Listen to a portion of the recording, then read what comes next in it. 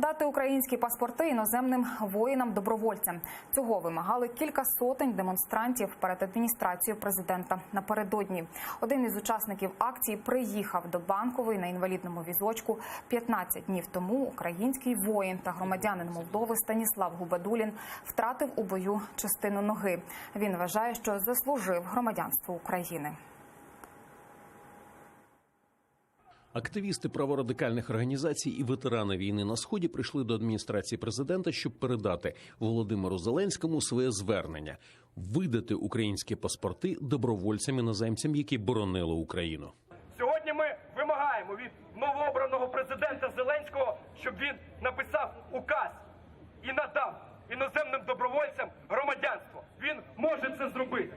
Ми в цьому переконалися за 5 років існування влади Порошенка і вже за перший тиждень існування влади Зеленського. Втім, праві сподівається, що у четвер Верховна Рада проголосує у другому читанні законопроект номер 3433. Він значно спростить отримання громадянства іноземцями, що служать у Збройних силах та інших військових формуваннях.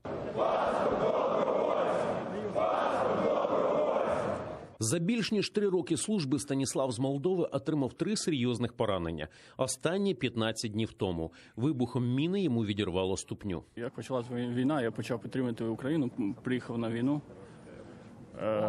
Одразу пішов в добровольчий батальйон, тоді не було можливості піти в Збройні сили.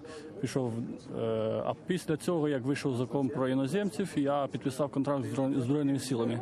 Це було в 2016 році, вже в мене 3 роки контракту. Станіслав не втрачає оптимізму. Після війни планує одружитися та навчитися багатьом мирним та корисним речам. Я хочу навчитися грати на гітарі та співати людям, піднімати настрій.